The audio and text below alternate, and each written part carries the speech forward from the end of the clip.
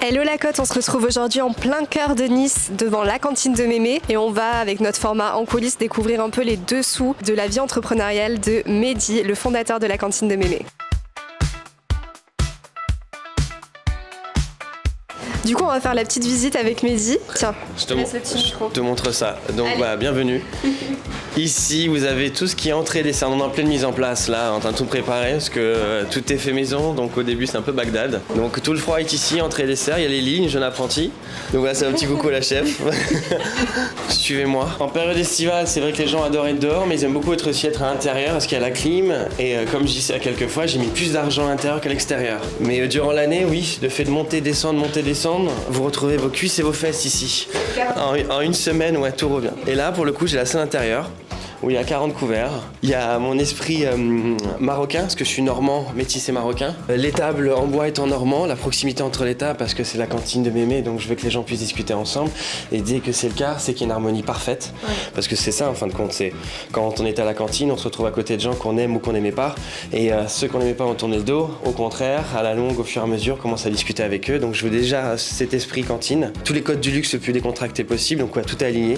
On appelle ça en la restauration la ligne de tir. Il y a les couleurs de la Côte d'Azur. Donc voilà, j'ai réussi à pouvoir allier ma vie ici à Nice avec ces couleurs-là qui sont encore intemporelles pendant 2 années. Mon côté oriental et la Normandie. J'ai un grand écran, un vidéoprojecteur pour le coup pour certaines privatisations où il y a certaines marques qui sont venues pour des anniversaires. Là, il y a le 2e étage. Je voulais avoir la tête dans les nuages tout en étant à l'intérieur. J'ai détourné Bansky avec ma mémé. Et j'ai un toit terrasse où je fais mes petites herbes aromatiques. On est en train de refaire et j'ai un projet dans le futur. Mais faut d'abord que je finisse les travaux au -1. Et à partir de là, je pourrais utiliser l'extérieur, mais ce serait que pour 2 personnes. Ça, j'espère pour 2026, une table gastronomique que pour 2. Bienvenue à la cantine de Mémé.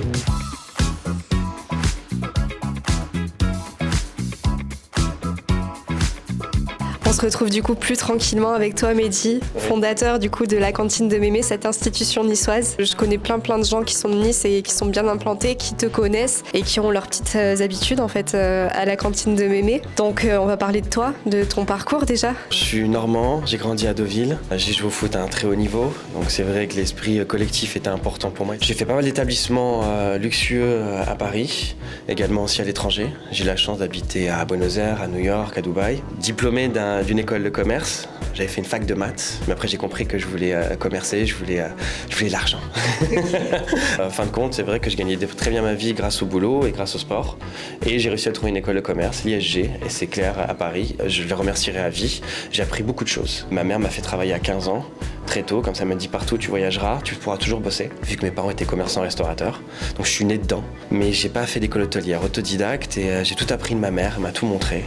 Donc j'ai gardé cet esprit. J'ai eu des coups de pouce, mais j'ai toujours plus bossé que les autres. Rester employé c'était bien, mais j'avais cette fibre entrepreneuriale, j'avais envie de créer quelque chose et dans les pays dans lesquels j'ai pu voyager et habiter, j'avais cette idée, un jour je dis il faut que je crée quelque chose. Et c'est comme ça qu'est arrivée la cantine de Mémé. J'ai cherché un nom qui pouvait rassembler, qui pouvait choquer aussi, parce que c'est vrai que quand on voit la cantine de Mémé, on s'attend à quelque chose en sauce, gourmand, lourd. Pas du tout, c'est quelque chose de chiadé, c'est comme on a pu le dire tout à l'heure, c'est une étiquette, c'est de la bistronomie. Comme à la maison, maman, mamie, elle ne fait jamais les mêmes plats chaque jour ou chaque semaine.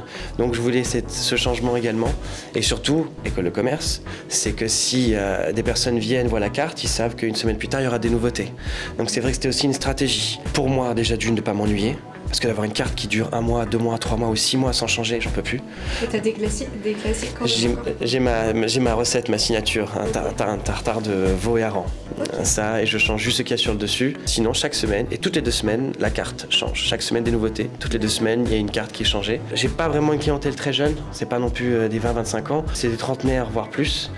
Même si j'essaie de baisser les prix, ce sont des gens qui ont un certain niveau social. Mais il y en a d'autres aussi, vu que je baisse les prix, viennent et se font plaisir. Soit pour le ou la chérie. Et après, d'ailleurs, ils kiffent, après, ils reviennent. 30 ans, ça reste jeune encore. C'est pour ça. Quand même. Hein. Oui, mais un jeune de 20 ans n'a pas le même pouvoir d'achat qu'un jeune de 30 ans. Ah oui, non, j'ai 40 ans, je me sens jeune. T'as 40 ans, tu les fais pas ? J'ai 40 ans, ouais. D'accord. Ce parcours a fait qu'au moment ou à un autre, j'ai dit, j'ouvre mon bébé et j'ai trouvé ce nom et ça a très bien fonctionné. J'ai créé le restaurant à Paris dans le 17e. Et ça a commencé à Paris ? Ouais, j'étais dans les Batignolles.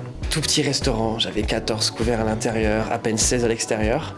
Les horaires, là, pour le coup, c'était violent. Je me souviens que les 3 premiers mois, je pleurais en rentrant chez moi. Je dis pourquoi je fais ça? Je partais du restaurant, parce que je faisais la plonge. Pas avant 3h du mat. Je me levais à 7h pour faire l'ouverture et tout monter. C'était une toute petite équipe, j'avais 4 employés. On faisait tout tous ensemble. Et une fois, au fur et à mesure, j'ai réussi à trouver une équipe stable, dont une chef qui ne fait plus partie de l'équipe maintenant à Nice. Mais c'est vrai que voilà, elle a lancé aussi le mouvement avec moi. Elle s'appelle Marie Lemoine. Maintenant, la nouvelle chef Inès Ginot, qui est ici, niçoise, c'est super. J'ai eu beaucoup de chance avec un tout petit restaurant de réussir à sortir, de dégager un peu de bénéfices, un chiffre d'affaires aussi, de pouvoir avoir des habitués. Et surtout, c'était tous ces habitués qui venaient me voir, me donner le sourire. Moi, je leur donnais plein d'amour et ils m'en redonnaient puissance 10. Donc en fin de compte, au bout de 3 mois, j'ai dit, je sais pourquoi je fais ça. Je sais pourquoi je fais ça. C'est normal, je suis en train de monter mon entreprise, ma première entreprise, milieu de la restauration qui n'est pas forcément facile. Mais c'est vrai qu'entre la gestion, la communication, en plus je faisais tout. Comme je te disais, je faisais la plonge, nettoyer les toilettes après chaque personne, faire les recettes. C'était très dur, mais j'étais accompagné, j'avais quelqu'un dans ma vie. C'est vrai qu'elle me dit, ne lâche pas.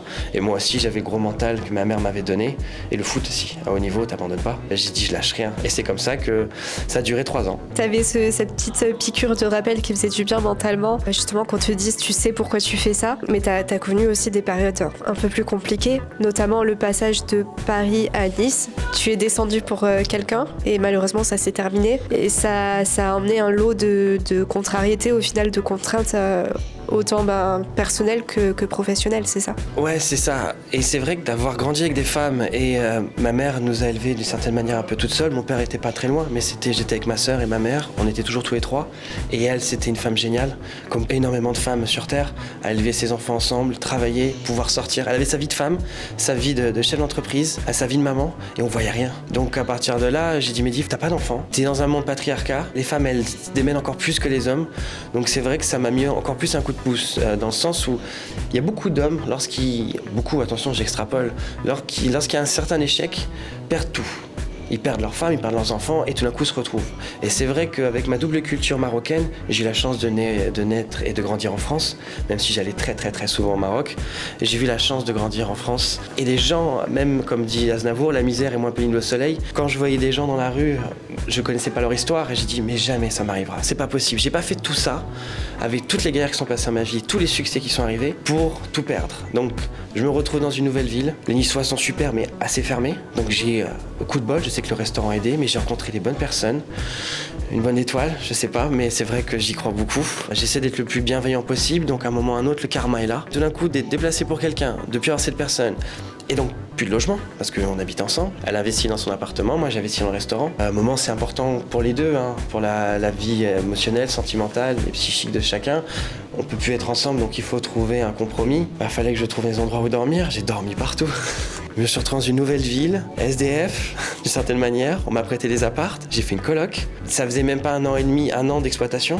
Donc le pire profil pour trouver un appartement. J'ai aidé toute mon équipe qui m'a suivi de Paris à trouver un appart. Moi, impossible, que des refus.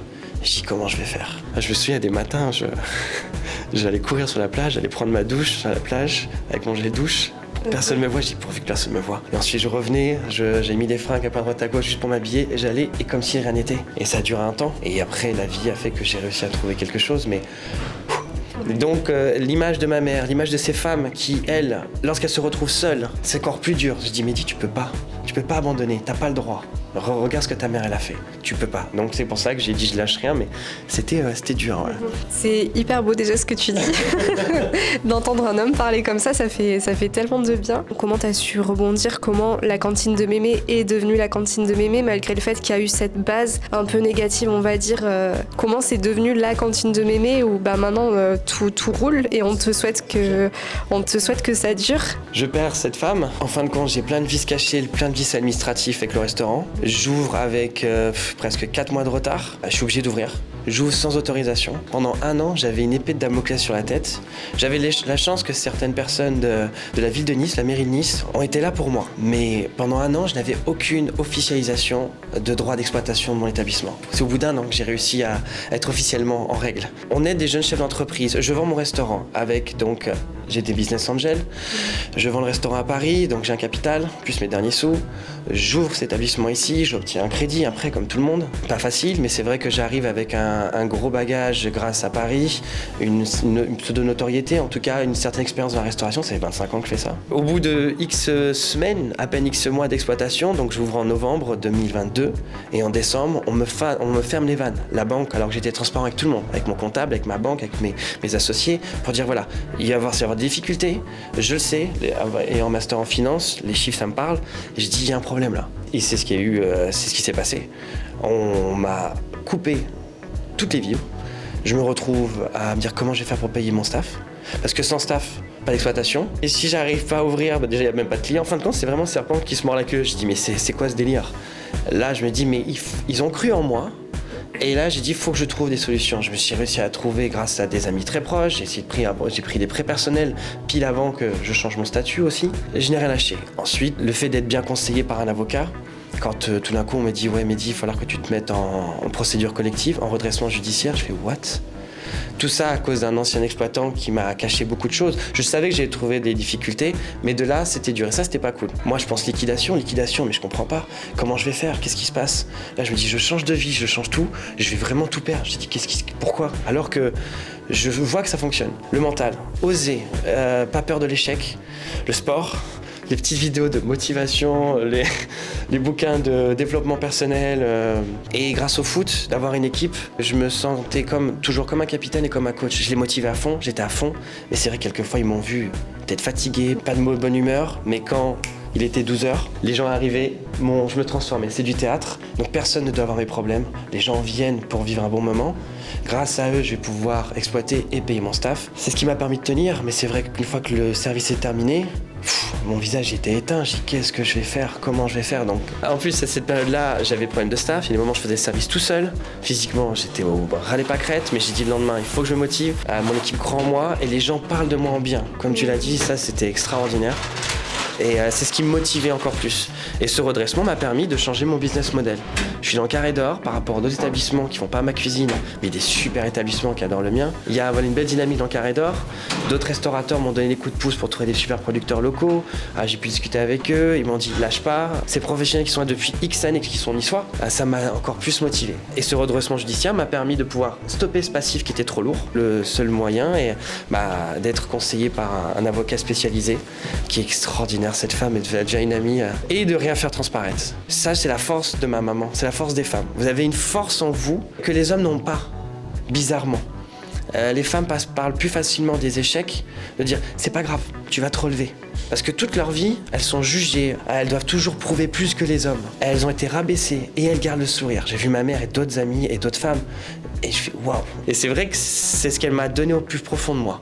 Ne jamais abandonner. Je suis ravi comme il y a une amie, c'est grâce à Pauline Weber entre autres que j'ai pu te rencontrer. C'est vrai qu'elle me dit ouais toi t'es un homme déconstruit, parce qu'elle me connaît depuis longtemps. Ouais. T'es un homme déconstruit. Elle est très dans tout ce qui est dev perso. Voilà en plus. Donc c'est vrai qu'elle a pas tort et ça c'est une force de malade. C'est ce qui m'a permis de tenir et là ça y est c'est fini. Depuis le 31 juillet.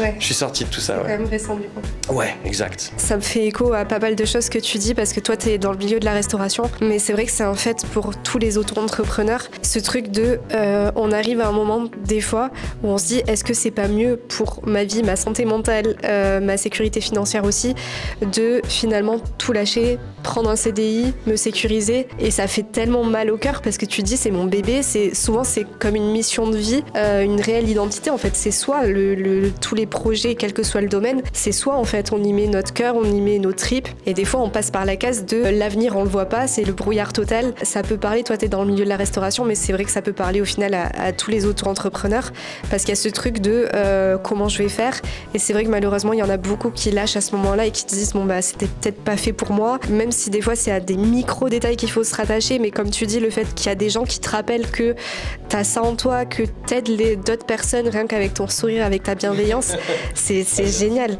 C'est dire à quel point on peut s'en sortir aussi, qu'il y a ce genre de période qui est vraiment pas facile. J'ai des frissons, j'ai les poils qui c'est pour ça que j'étais content de faire un peu parce que je sais pas ce qu'adviendra le futur, mais je me sens très bien, je me bats et je sais que le restaurant va continuer, mais je ne sais pas. Et avec cette vidéo, si ça peut donner l'envie à plein de jeunes chefs d'entreprise qui se retrouvent dans certaines difficultés, comme tu l'as dit, dans tout type de domaine, il y a des aides, il y a des outils.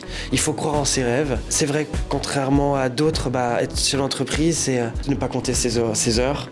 Moi, il y a ce côté opérationnel en plus avec la restauration, mais il y a d'autres métiers également de service où les gens enchaînent, et d'autres qui montent des entreprises intellectuelles où ils sont assis, mais il faut trouver des clients. Il faut aller chercher, me dire ma main, ça fait une semaine que je ne trouve personne, je vais arrêter. Non, n'abandonne pas. Il faut toujours oser, ne jamais abandonner. Je faisais un événement à Paris, c'était avec le fooding, et je faisais Alliance Vin Aimé pour un énorme événement, et il y avait un chef de malade, Pierre Gagnère. Je vais le voir et on m'a montré les plats qu'ils allaient faire durant cet événement. Je suis un ambassadeur des vins de Bordeaux et j'avais des vins, et je suis allé le voir et je dis voilà, j'ai vu votre carte, j'ai une appétence, une sensibilité, une acuité à pouvoir faire des associations un peu particulières vin aimé. J'ai 27 ans, 28 ans, je me retrouve avec l'un des plus grands chefs au monde pour moi, et j'y vais, je dis théâtre, tu y vas. Et je lui explique voilà, il y a tel ou tel vin, tel ou tel cépage, j'aimerais faire ce mariage avec tel ou tel vos entrées, vos plats durant l'événement. Il fait attendez. Il appelle tout son staff, répétez-moi ce que vous venez de me dire. Et je dis merde, j'ai dit une connerie. Et il me dit allez-y. Et je réexplique. Il applaudit, il dit aux autres applaudissez. Vous voyez là ce jeune homme, il est parti chercher, il allait plus loin que les autres. Pour essayer de trouver, il a essayé de comprendre mes goûts, mes sensations, sans pour autant goûter. Il a dit évidemment il manque certaines choses. Mais j'aime bien son idée d'allier tel ou tel cépage avec tel ou tel. Il est venu me voir après, il m'a vu bosser, je transpirais, j'avais mon petit chapeau. Et il m'a dit lâchez rien. Vous irez loin, lâchez rien. Et ça m'a touché. Je pense qu'ils se rendent compte que chacun de leurs mots peut avoir un impact pour quelqu'un d'autre. Voilà, ils ont été ultra durs, ils ont fait une formation à la dure pour arriver là où ils en sont. Ils ont énormément d'échecs aussi. Ouais. Tu continues. Donc c'est tout ça pour dire qu'il faut jamais abandonner. Et c'est vrai que quand on voit le compte rouge, et je me dis est-ce que je vais revenir à un CDI ? Est-ce que je suis prêt aussi ? Fierté, orgueil aussi qui rentre dedans. Il y a l'ego. Je me suis dit, je suis dans une nouvelle ville. Je suis à Nice, que j'y ai pensé. Je dis là tout d'un coup, ça fait 1 an et quelques. On parle de moi en bien. Il y a des jaloux comme dans tout. Hein. Et en même temps, la concurrence, elle est saine et ça qui est agréable. Et il y a une très belle dynamique à Nice, ça se rajeunit bien. Mais je dis, si j'arrête, et que tout d'un coup, je vais aller postuler à droite à gauche, qui va me prendre ? Est-ce qu'on va me prendre ? Et moi aussi, est-ce que je vais avoir le courage de dire, est-ce que vous pouvez m'embaucher ? Mais tout d'un coup, j'ai eu le truc, je fais, non, t'as investi beaucoup d'argent, t'as perdu beaucoup d'argent, et maintenant, ça fonctionne. Maintenant, à toi de trouver les outils et de voir comment. Et la transparence, c'est ce que j'ai toujours, ce que j'ai appris de ma mère. Il y en a certains qui me disent « Oh, vous avez arrêté la formule toute la semaine ». Bah oui, grâce à toutes mes analyses de vente, parce que je suis un taré de tableau Excel, j'ai remarqué que le mercredi, jeudi, c'est là où j'en ai le plus plat du jour. Faire un plat du jour, tout est fait maison, plus la carte, même si elle est courte, c'est énormément de temps. Et je vends moins de choses le mardi, moins de choses le vendredi. Voilà pourquoi j'ai arrêté. Et j'ai 12 employés, donc le plat du jour est moins cher. 30 personnes qui viennent pour le plat du jour et 30 personnes qui viennent à la carte, ça fait la différence. Et là, j'ai dit, j'ai centralisé. Également, j'ai dû augmenter d'1 à 2 euros certains plats. Obligé. C'était tout le truc, mais à un moment, j'ai dit, mais j'ai peur. Je viens d'arriver. Je suis arrivé avec des prix ultra compétitifs. Ça fonctionnait. Sauf que tous les vices passaient et le business model ne fonctionnait plus. J'ouvrais que 5 jours. Là, tout d'un coup, je me dis, il faut que j'ouvre 6 jours. Ça veut dire qu'il faut que je travaille une journée de plus, sachant que je fais du 7 sur 7 avec le lundi off et là, je travaille. Je veux penser à moi. Mon sport, je commence à me faire des nouveaux potes, je suis intégré par les Niçois, il faut aussi se faire voir aussi à Nice, c'est important parce que les gens viennent chez toi, mais à un moment ils disent ouais mais toi tu viens pas nous voir en dehors, donc de pouvoir sortir, de pouvoir dire ça va, il y en a qui parlent, tu connais pas, lui ça continue, mais je viens de n'en parler pas de moi. Je vais juste discuter et tout d'un coup au fur et à mesure je rencontre les gens et ils me disent on va venir chez toi, on a entendu parler, on connaît pas. Et ils regardent, génial, t'as la note que t'as, tout, c'est génial ce que tu fais, on va venir, mais si je ne sors pas on peut pas, et si j'ai pas de temps je peux pas sortir. Et en même temps j'aimerais bien avoir une vie sentimentale, une vie sexuelle, une vie émotionnelle, et comprendre le rythme d'un restaurateur, c'est compliqué. Pour le coup, le format, il s'appelle En coulisses, et je pense qu'il a jamais aussi bien porté son nom pour ce genre d'histoire, tu vois, mais c'est vraiment génial de savoir tout ce qui se cache derrière un restaurant, derrière une entreprise. La réalité, c'est pas que des histoires, j'allais dire de success story, mais au final, c'en est une, parce que les success stories, ça passe par des hauts et des bas. L'entrepreneuriat, c'est des montagnes russes constantes, c'est beaucoup de remises en question. En tout cas, c'est un mental d'acier qu'il faut sans cesse alimenter. je trouve ça beau qu'on puisse le mettre en avant et tu peux être fier de toi. C'est gentil. C'est vrai qu'il faut pas avoir peur de demander de l'aide, faut pas avoir peur de dire que tout va mal. Dans tous les réseaux sociaux ou autres, on met ce qu'on a envie de mettre. Et quand les gens viennent, ils se rendent pas compte. Moi, je montre ce que j'ai envie de montrer et en même temps, les gens viennent pour vivre un bon moment. Mais c'est vrai que derrière, quand on a un souci, de dire ça ne va pas, c'est bien de le dire. On est dans une société où on ne parle jamais des choses qui vont mal. On est vite jugé quand personne ne réussit plus ou qu'il y a un échec. Tout d'un coup, elle est moins attirante, elle est moins attractive. Alors que tout d'un coup, quand elle revient, les gens reviennent. Ouais. Et là, tu te rends compte, tu dis voilà, de tes amis proches et aussi de ce que tu as envie dans ta propre vie. Oser l'échec, oser la réussite, ne jamais abandonner. Et je pense que c'est le bon moment pour rebondir. Je sais pas si toi ça a été ton cas, mais en tout cas ne pas avoir peur aussi de se faire accompagner psychologiquement. Ouais. Parce que la force mentale, ça se travaille. C'est pas humain d'arriver à tout contrôler comme ça et à tout gérer. Faut se faire accompagner, ça c'est bien de le dire parce que malheureusement c'est encore tabou aussi. On en parle de plus en plus. J'ai pleuré, moi. Mais ouais. Les gens qui vont voir des psys, ils passent pour des fous alors qu'au final il n'y a rien de plus sain que d'aller voir un psy parce qu'on travaille sur soi, on apprend à mieux gérer son quotidien, mieux gérer ses traumas. Bon là je parle d'un truc un peu plus perso mais au final c'est essentiel. Super bien le son parachute. J'ai fait ça. C'est une autre solution aussi. Mais c'est quand même assez important et primordial pour s'en tirer aussi dans ce genre de cas. Seul, on réussit pas grand-chose, quoi. La charge mentale. Et je me suis rendu compte que j'avais cette charge mentale. J'ai pas d'enfant, je sais pourquoi, je me sens... le cerveau était... j'ai essayé de faire une introspection, mais impossible. Les idées voulaient pas, il y avait que cette mauvaise voix. Les idées noires, pas pouvoir dormir, le cerveau, en plus je suis un hyperactif qui n'arrête pas. Et c'est vrai que de pouvoir, grâce aux amis, et ensuite, j'ai dit tiens, pourquoi pas. La foi est personnelle. Si Dieu existe, tant mieux. S'il n'existe pas, la meilleure invention de l'homme, vu que j'ai une double culture, c'est un autre débat. Donc je crois en certaines choses, et d'un coup je me dis mais mince, qu'est-ce que la vie me réserve? Pourquoi elle me donne autant d'obstacles? Et c'est là ma mère, elle me dit c'est normal, il te jauge. Et derrière, la récompense va être encore plus belle. Je fais ouais mais merde, j'en ai marre. Ouais. Et tout d'un coup, j'ai dit j'ai peut-être aussi besoin de voir quelqu'un. Et c'est vrai qu'une psy m'a aidé émotionnellement. Elle m'a donné les clés. Elle m'a donné j'avais besoin de juste d'être guidé. J'arrivais plus. Dès que j'étais en train de bosser, j'étais bien. Dès que je ne bossais plus, rien. Je me sentais vide. Je voyais mes amis en dehors quand je pouvais les voir. Et là, ça me faisait du bien. Mais je rentrais chez moi, je dis mais qu'est-ce que je fais? Et il fallait me motiver. Donc le sport. Au bout de la 5e, elle dit je le savais bien que vous n'alliez pas rester longtemps. Il y a des cas, ça existe. Vous étiez là pour avoir une écoute et pour que je vous donne certaines clés. Elle m'a donné beaucoup de bouquins à lire. J'en ai bouffé. Et les 4 accords Toltec, entre autres. Ah, je l'ai lu aussi. Ah la vache. Incroyable. Ça, entre autres. Personnellement, ça a été un truc. Ça pour le coup, c'était dur. Ouais. Mais alors que j'avais lu des bouquins de leadership, mais là, je me suis retrouvé dans une tourmente émotionnelle, financière et entrepreneuriale qui fait que j'arrivais plus à catégoriser les choses. Ouais. Ça m'a aidé. Franchement, ça m'a aidé. Ouais. Et soit un parachute. Bon, ça, il n'y a peut-être pas tout le monde qui pourra le faire. Moi, la première, je ne le ferai pas. Merci de nous avoir reçus. En tout cas, franchement, moi, je suis trop heureuse d'avoir découvert tout ça et je pense que ça parlera à beaucoup. Il faut s'amuser derrière. Bien sûr, mais il faut être conscient de tout ça et n'en tirer que le meilleur, en tout cas. Et on va découvrir un peu ton équipe aussi. Oui, grave. Mais c'est chouette. On va découvrir l'âme aussi de la cantine de Mémé. Sans eux, je suis rien, ça c'est clair. C'est un travail d'équipe.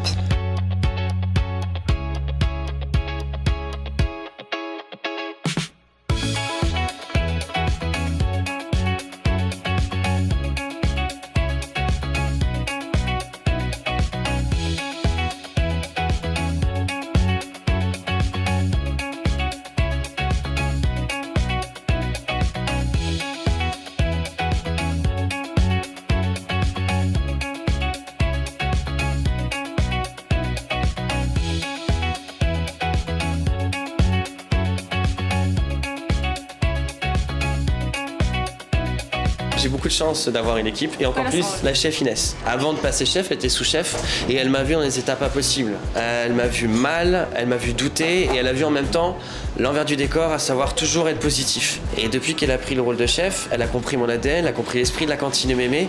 Donc elle apporte sa touche, c'est une niçoise en plus et j'ai de la chance de l'avoir. Donc c'est parti, pour moi c'est ma numéro 2, c'est chez elle. Donc voilà, donc je sais pas, je vais vous passer le micro très cher. Ça a été une chance qu'il me propose cette place place, j'étais au bon endroit au bon moment. C'est un plaisir de travailler avec Monsieur Dubrul. C'est mon monsieur patron. Monsieur patron. Non. Pure niçoise, très éclectique, très colorée, c'est ça ma cuisine. Et beaucoup de plaisir. C'est le plus important, c'est le plaisir, parce que si on prend pas de plaisir, c'est pas bon. Et oui. Le plus difficile, c'est le management, c'est l'humain.